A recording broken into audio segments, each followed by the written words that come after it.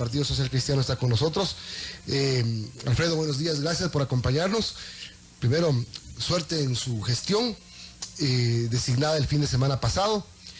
¿Y cómo se inicia la situación del Partido Social Cristiano a la interna con su designación y con esta reorganización política que ha sufrido? Buen día. Buenos días, Milton. Buenos días a los amigos televidentes y a los amigos internautas que nos escuchan y nos ven. Bueno, el Partido Social Cristiano inició su proceso para las próximas elecciones haciéndolo primero, poniendo el vehículo a punto, poniéndolo el vehículo listo para enfrentar este proceso, porque eso es lo que somos los partidos políticos, ¿no es cierto? Un vehículo para ganar elecciones y lograr el objetivo macro, el objetivo importante que es servir. Y obviamente se dio la designación, gracias a Dios, en forma unánime por parte de quienes integran la Asamblea Nacional del partido, y ahora tenemos que dar el siguiente paso, que es hacer una serie de cambios estatutarios, la actualización de nuestro ideario, de nuestro plan de gobierno, y lo más importante que ya comenzamos pues prácticamente la reestructuración o cambio de las 24 directivas provinciales en todo el país, y por supuesto pues prepararnos para las elecciones 2023. Así es, el primer reto electoral será el 2023, las elecciones seccionales. Por ejemplo, ¿qué han pensado hacer en Guayaquil? ¿Qué están pensando hacer en Quito con este nuevo panorama que desde anoche se ha presentado? Hoy vamos a tener un nuevo alcalde en la capital, definitivamente Yunda se fue. Entonces, dos ciudades importantes, la una manejada por el Partido Social Cristiano durante años, hoy con algunos cuestionamientos en su administración que podrían poner en alguna tela de duda la continuidad social cristiana en Guayaquil. Bueno, a Dios gracias, pese a las permanentes críticas de nuestros detractores políticos, en Guayaquil pues la situación se mantiene, la alcaldesa con una popularidad bastante significativa, y lógicamente en Quito nosotros, si realmente queremos ser partícipe del cambio que debe dar 180 grados la administración municipal en Quito, tendríamos que hacer una alianza, y desde ya pues esa es otra de los temas fundamentales de nuestra posición, es abrir las puertas a mayores alianzas. Actualmente tenemos 9 aliados que son movimientos locales, y por supuesto que queremos aumentarla aún más, donde la columna vertebral de la alianza no tiene que ser el tema ideológico. Somos aquellos que creen que la ideología juega un segundo plano, tercer plano, tal vez ahí hay otras cosas más importantes en estas situaciones que vive el país y las ciudades, por cierto, que es el pragmatismo. De manera que quien quiera servir a Quito, quien quiera unirse en esa línea de servir al país, a Quito, a Guayaquil, a todas las parroquias del país, el Partido Social Cristiano obviamente está listo en esa línea, sin que esto implique definiciones de orden ideológico. En estas últimas elecciones del Partido Social Cristiano obtuvo una curul en la asamblea por Pichincha, en un hecho que se producía después de muchísimo tiempo, es decir, un resultado electoral que le dio una curul en Pichincha es importante para el Partido Social Cristiano, teniendo en cuenta que Quito, Pichincha no es tradicionalmente un reducto social cristiano. El reducto es Guayaquil. ¿Cómo lo van a mantener a Guayaquil? ¿Se piensa en la reelección de Cintia Viteri o se piensa en dar un giro? No, obviamente en su momento Guayas todavía no es momento no está en nuestra agenda todavía la definición de candidaturas. Bueno, acá en Quito ya hay como 20 precandidatos para la alcaldía, le cuento. Bueno, sí, yo lo sé, vivo en Quito, así que de manera que conozco lo que está pasando, pero nosotros todavía no tenemos en nuestra agenda el tema de candidatos. Por ahora, insisto, tenemos otras prioridades. En su momento, el directorio conjuntamente con la directiva de Guayas tomará una decisión. Me recuerda que en Guayas tenemos a nuestro aliado, que es Madera de Guerrero. Allá pues la lista es 6 Madera de Guerrero. Entonces, en función de eso, obviamente tomaremos una decisión. Incluso la alcaldesa todavía no ha dejado ver su interés en querer reelegirse. Yo esperaría que lo haga, pero en todo caso será más adelante. Por ahora no hay nombres en ninguna parte del país. Tenemos que ir evaluando con nuestros aliados. Por ejemplo, en Manabí tenemos 2 aliados. Entonces, y en Manabí pues implica una elección también más complicada, y será en conjunto que tomaremos decisiones. Son las 7:20, estamos conversando con Alfredo Serrano, presidente nacional del Partido Social Cristiano. Alfredo, buenos días, le saluda Verónica Larrea. Yo quiero preguntarle y cómo ubica ahora al Partido Social Cristiano, porque ha mencionado que no son obviamente gobiernistas, tampoco son de oposición, entonces eso lo llevaría a hacer alianzas con quién, por ejemplo en la Asamblea, no sé si Pachacuti, Gunes, ¿con quiénes, Alfredo?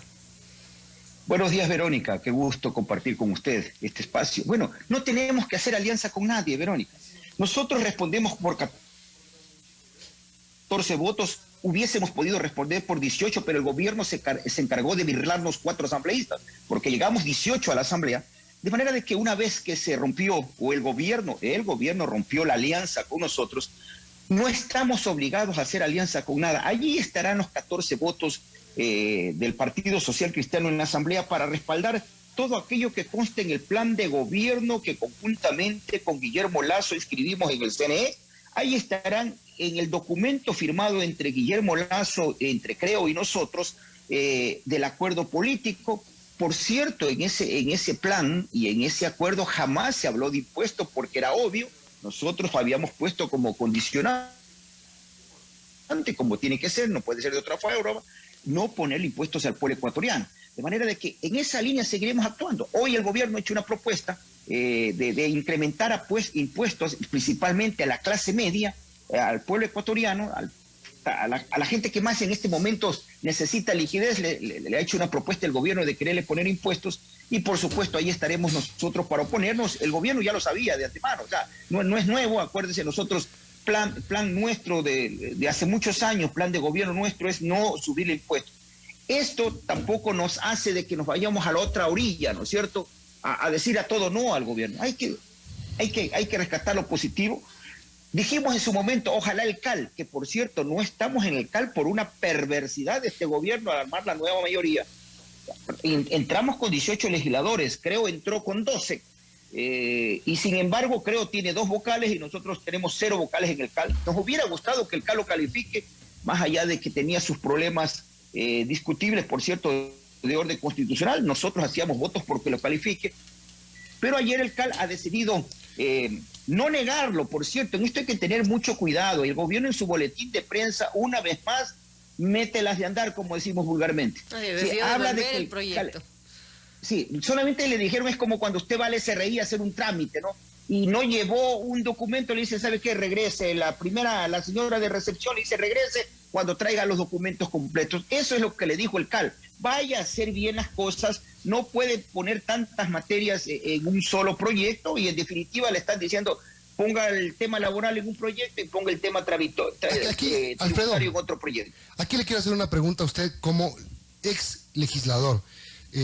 Usted tiene experiencia en el tema legislativo. ¿Usted cree que este proyecto era inconstitucional? ¿Usted cree que había varias materias? Hay un pronunciamiento de la Corte Constitucional. Se habla del eje transversal, de un hilo conductor, y hay sobre todo jurisprudencia. Entonces, ¿usted cree que realmente el proyecto mereció ser devuelto?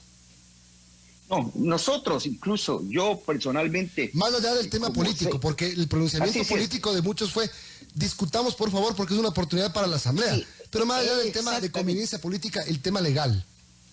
Sí, más allá de la conveniencia política, que políticamente nosotros sosteníamos que hay que debatirlo en la Asamblea, sí, el proyecto tiene al menos 2 materias indiscutiblemente separables, ¿no es cierto? El tema laboral y el tema tributario. Más allá de las 30 reformas que se hacía a varios cuerpos legales. Pero el proyecto sí tenía esos inconvenientes, así como hay otros que argumentan que no tenían por el eje transversal económico. El eje transversal económico está en todos los campos, ¿no es cierto? De manera que no era el eje conductor, pero el CAL, yo en lo personal sigo insistiendo, pudo haber resuelto este problema dejando que entremos a debatir. Me sorprendió que el líder máximo de la izquierda democrática salió en los medios de comunicación a garantizarle al país que la izquierda democrática daría paso al proyecto de ley. Me río realmente porque si usted hace una intervención de esta naturaleza siendo el candidato presidencial que le permitió a la izquierda democrática tener el número de legisladores, y resulta ser que son uno de los primeros en oponerse. Y por otro lado, claro, también me molesta el hecho, no es que me molesta, me sorprende el hecho que los aliados del gobierno son los primeros en darle la espalda. Es que la izquierda democrática, los de la izquierda democrática realmente deberían hacerse ver, porque sale Vilma Andrade con una posición diciendo nosotros vamos a viabilizar el proyecto, tenían la oportunidad de hacerlo y antes de la votación fue 7:15 de la noche, si no me equivoco, a las 6:45 el presidente de la Izquierda Democrática lanza un boletín de prensa diciendo que no van a votar. O sea, háganse ver. Porque una cosa es decir no desde el vamos y necios, pero seguros. Y la otra es ir cambiando al vaivén de no sé qué. En todo caso, ahora el gobierno debe dividirlo al proyecto, si es que quiere seguir contando con la Asamblea, ¿no? Porque esto puede ser el pie perfecto para que el presidente vaya a consulta popular.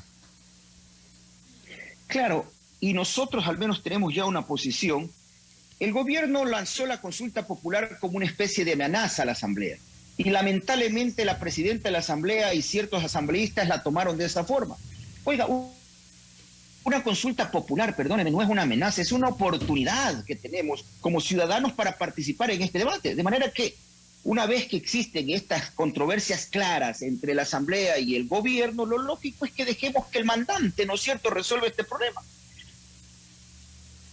Si el gobierno quiere ir a una consulta popular, nosotros estamos listos para ir a esa consulta popular. Obviamente el pueblo decidirá en las urnas si quiere impuestos, el pueblo decidirá en las urnas si quiere este cambio laboral, más aún cuando es un proyecto que, por cierto, nosotros calificamos que tiene cosas muy, pero muy positivas, como también tiene cosas muy negativas. Había que sacar en ese proyecto las cosas negativas, por ejemplo, en nuestro caso, 4 o 5 artículos que tienen que ver con los impuestos, y para nosotros estaba listo y hubiésemos votado, como se lo dijimos públicamente al país, por los otros temas que sí nos parece importantes que hubieran sido aprobados, principalmente en el tema tributario y en el tema laboral. Siempre las consultas populares se manejan como un termómetro de valoración al gobierno. Esta vez no creo que sea la excepción, porque las dos partes, tanto gobierno como sectores opositores, digamos, están actuando con esa amenaza, ¿no? Si no me aprueban, tenemos la democracia directa, que es la consulta popular, dicen desde el gobierno. Desde la oposición también, miren lo que dice Marcela Guiñaga hace 10 horas. Vamos a consulta popular, ¿quién dijo miedo? O sea, es como que te está retando a los puñetes. Y eso no creo que tenga que ser así. Coincidimos plenamente con eso, mi querido amigo, pero lo más importante fue el gobierno, pues, quien comenzó con estos temas de amenazas y cosas. Qué mal manejo político definitivamente del gobierno en este tema. Lanza un proyecto de ley. Lo primero que tenían que, si iban a mandar el proyecto en la forma que lo mandaron, lo primero que tenían que haber considerado con sus aliados y era cuál iba a ser la reacción en la Asamblea. Porque obviamente con sus aliados ha habido el toma y daca, ¿no es cierto? Que haya asambleístas independientes que manejan las provincias, etcétera. Entonces debió haber pactado con sus aliados, como ya pactó el 14 de mayo, para ver cuál iba a ser el camino final del proyecto de ley. Eso les hubiera evitado pasar por este fiasco, porque realmente para un gobierno es terrible que la Asamblea o el CAL con 5 legisladores le haya dicho, ¿sabe qué, señores? Vaya a hacer bien la tarea. Porque eso es lo que significa cuando el CAL le dice a usted que está mal. O sea, perdóneme, aquí hay un tema de fondo, ¿no es cierto? Que el gobierno tuvo un fiasco terrible por asuntos de mera forma, no por asuntos de contenido. El contenido era para debate interno ya en la Asamblea, que nosotros insistíamos porque debieron haber dado paso. Si hubiésemos estado en el CAL, donde inconstitucionalmente nos dejaron fuera, nosotros hubiéramos respaldado ese proyecto, más allá de los reparos que tenemos a los artículos de carácter tributario, que en tema de impuestos, porque también hay artículos de carácter tributario que crean muchas exenciones que son necesarias, que hubiera... El Partido Social Cristiano hubiera dado su voto en el CAL. Que tiene que ver con impuestos. Con toda seguridad, públicamente lo vine diciendo desde antes que se envíe el proyecto, cuando se anunció. Fui el primero que pago por ver. Advirtió de que podría tener inconstitucionalidades. Pero aparte de eso, era necesario que el CAL le dé paso para que obviamente lo tramitemos. Primer debate, segundo debate, y luego el presidente con el veto parcial podía insistir en los temas que a él le hubiera sido pertinente. Una cosa es con guitarra y otra cosa es con violín. 7:30, estamos hablando con Alfredo Serrano, presidente del Partido Social Cristiano. Y Alfredo, sobre este proyecto, ahora que el CAL ha devuelto el proyecto económico urgente al gobierno, ¿qué cree que debería pasar con este proyecto de ley o qué esperaría que el gobierno haga ahora? Bueno, yo creo que en primer lugar el gobierno debía haber enmendado la parte laboral, que al menos nos dijo en campaña que ya prácticamente estaba lista, que estaban haciendo los últimos ajustes y que cuando se posesionaban era el primer proyecto en ser enviado. Lo lógico es que ya se hubiera incluso enviado la parte laboral, ¿no es cierto? Se hubiera ya tramitado ese tema al inicio del gobierno, no esperar 4 meses para que la Asamblea apruebe 362 artículos entre disposiciones transitorias y disposiciones generales. Terrible que en 30 días tenga que la Asamblea aprobar 360 y tantos artículos. De manera que, si yo fuera gobierno, realmente lo que haría es enviarlo en al menos 2 proyectos de esta reforma. Pero si el gobierno, insisto, quieren mantener la tesis, o no sé, ya en este punto fue globo de ensayo al estilo gobernador del Guayas, con el fin de presumir en las redes sociales, en la consulta popular, bueno, iremos a la consulta popular. Nosotros no le tenemos miedo a la consulta popular, a diferentes de otros que le tienen miedo a la diferencia. No, el pueblo finalmente es el que dirime cuando existen este tipo de complicaciones. Pero, será el gobierno quien en sus manos tome la decisión, y espero esta vez... ¿Qué puede preguntar en la consulta popular que reemplace el proyecto? Bueno, es que en la consulta popular, de conformidad con el Código de la Democracia, cuando un proyecto de ley, claro, ahí dice que cuando es negado, eso dice el Código de la Democracia, el presidente, previo dictamen de la Corte Constitucional, lo puede someter a votación. Pero imagínense lo que sería someter a votación 360 y tantos artículos, ¿no es cierto? En primer lugar, no creo que se lo califique la Corte Constitucional porque sería desde el punto de vista práctico improcedente. Entonces, esa es una alternativa que tiene. Lo otro, es que, a ver, Milton, ¿quién puso a debate esto? Esa pregunta muy lógica y con mucho condimento que acaba de hacerme usted. ¿Qué puede consultar el pueblo? Habría que hacerle a la ministra de Gobierno que comenzó con el tema de la consulta popular. Si nos niegan el proyecto, iremos a la democracia. Eso, desde el primer día que se posesionó a la señora, que por cierto comenzó despotricando contra sus adversarios. No entiendo cómo una ministra de Gobierno puede ser ministra de Gobierno si comienza a poner barreras contra los que pueden ser sus aliados en determinados puntos. Nosotros íbamos a ser sus aliados en el tema laboral con unos cambios importantes que nos parecía esto de que un empleado destituido o botado del trabajo todavía tenga que darle un sueldo al empleador. Esas exageraciones había que sacarlos, pero el concepto al menos hubiéramos estado a favor de la ley laboral. Entonces, ahora pues el gobierno, yo creo que lo pertinente podría ser que el gobierno pues divide el proyecto y envíe lo más pronto la primera parte que considere necesario, para lo cual el gobierno tiene que conversar, pues para lo cual el gobierno tiene que hacer cambios. Veo que ni siquiera los empresarios respaldaban aquel punto que hablaba de que el empleado destituido tenía que pagarle al empleador un salario. Ya, cosas de esa naturaleza tenían que ser sacados del proyecto. Pero claro, ahí estaba la oportunidad que tenía la Asamblea de discutir, de sacar, de poner, de consensuar. Ahora nada, lo puede dividir en 2. ¿Los 2 pueden ser económicos urgentes de uno en uno? De uno en uno, por supuesto. Acuérdese que solamente se pueden enviar varios proyectos de ley económico urgente cuando estamos en estado de excepción, claro, ¿cierto? Pero ahora no estamos en estado de excepción, de manera de que tendría que mandar uno por uno los proyectos de ley, y es por eso que comencé diciéndoles, ha perdido 4 meses, cuando ya debió haberse enviado el proyecto hace mucho tiempo. Lo escuché a Patricio Donoso decir que el proyecto lo tenía listo hace 3 meses atrás, la parte laboral, ¿no es cierto? Entonces será el gobierno finalmente quien tome la decisión, y espero que esta vez prime el sentido común del país y no necesariamente los cálculos políticos que lamentablemente se siguen haciendo en el gobierno. Y ayer en la Asamblea Nacional, porque como usted dice, había muchas voces que pedían que el proyecto pase a comisión, sí, para que pueda ser debatido. Era una oportunidad importante además para el legislativo de lavar su imagen. De lo que está pasando en la Asamblea Nacional en estos 4 meses también es terrible. Es muy terrible. Coincidimos plenamente. Sí, en eso también coincidimos. Por eso es que hicimos un llamado en su momento a la Asamblea alcal para que dé paso a ese proyecto y se pueda seguir su trámite, dejando en claro que se hacía un esfuerzo, un sacrificio por el bien del país. Ahora, la posición social cristiana respecto al tema tributario, por ejemplo, después de haber analizado los artículos que planteaba la ley de oportunidades, ¿ustedes cómo más o menos pensaban proceder? Bueno, nosotros hay 4 o 5 artículos que crean un impuesto, ¿no es cierto? En esos 4 o 5 artículos de un proyecto de 361 artículos, obviamente hubiéramos votado en contra. Era simple, ¿no es cierto? En la Asamblea se utiliza un procedimiento que nos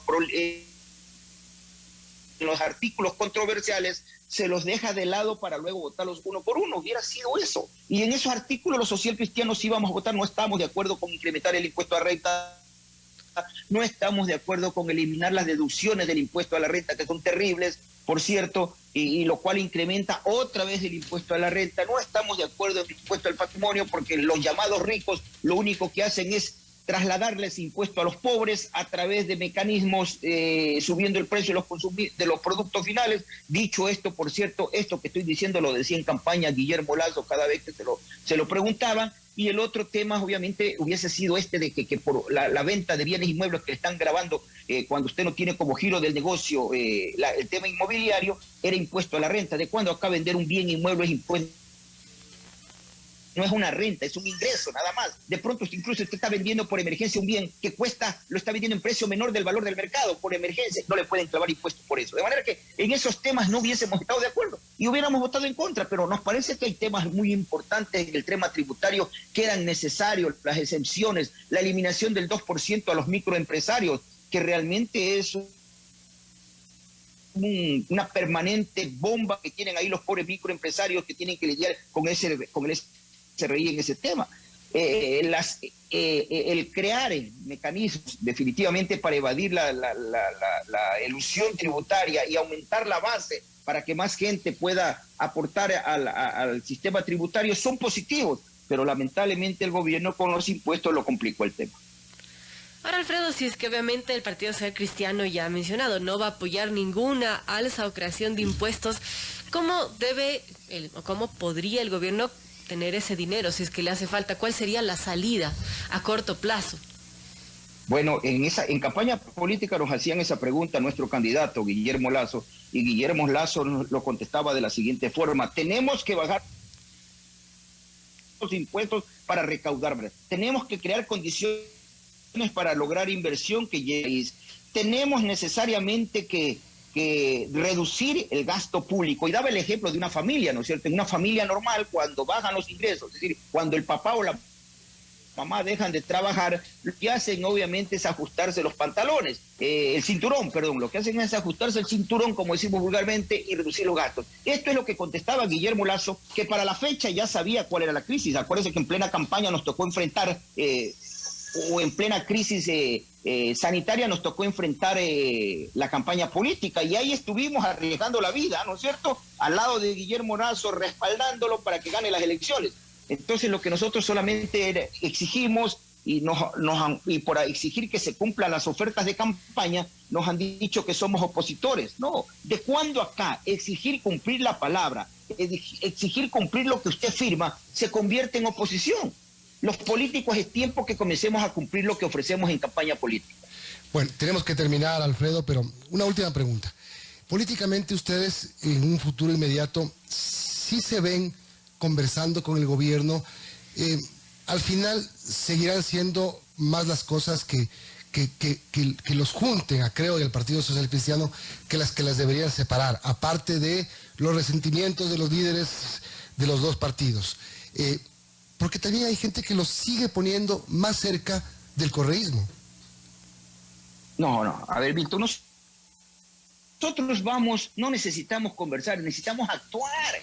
Por ejemplo, en este tema de la ley había que actuar y votar las cosas buenas, y ahí iban a estar los 14 votos. Es tiempo que el gobierno comience a cumplir, y nosotros estaremos ahí respaldando las cosas que son positivas para el pueblo ecuatoriano. Guillermo Lasso sabía, y por eso asumió el discurso de no más impuestos, porque él sostenía que subirles impuestos al pueblo ecuatoriano es más de lo mismo. 40 años los gobiernos han hecho exactamente lo mismo, todos los gobiernos, incluido el nuestro en 1984, de subirles impuestos al pueblo ecuatoriano, de subir la gasolina, y sin embargo, mire, estamos nuevamente repitiendo la misma receta. ¿Hasta cuándo no entendemos que hay que cambiar la receta para sacar el país adelante? Esa era la propuesta de campaña y no se ha cumplido. De nuestra parte, Milton, el país lo sabe, nuestros 14 votos están allí a cambio de nada. No necesitamos puestos ni burocracia ni favores del gobierno. ¿Y lo del correísmo que le pregunté? No, nosotros no tenemos ahorita alianza absolutamente con nadie. Intentamos hacer una alianza, hicimos una alianza liderada por el presidente electo Guillermo Lasso con UNES, Partido Social Cristiano, los llamados independientes y Creo. yo diría 3 básicamente, creo controla a los independientes de los 3. Y el gobierno el 14 de mayo a las 10 de la mañana nos enteramos indirectamente porque nunca nos dijeron que se había acabado esa alianza.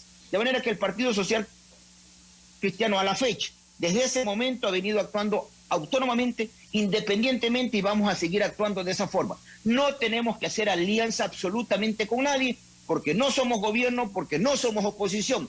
Estamos en la línea de respaldar lo positivo y estamos en la línea de rechazar lo negativo que venga del gobierno. Bien, muchas gracias. Alfredo Serrano, presidente nacional.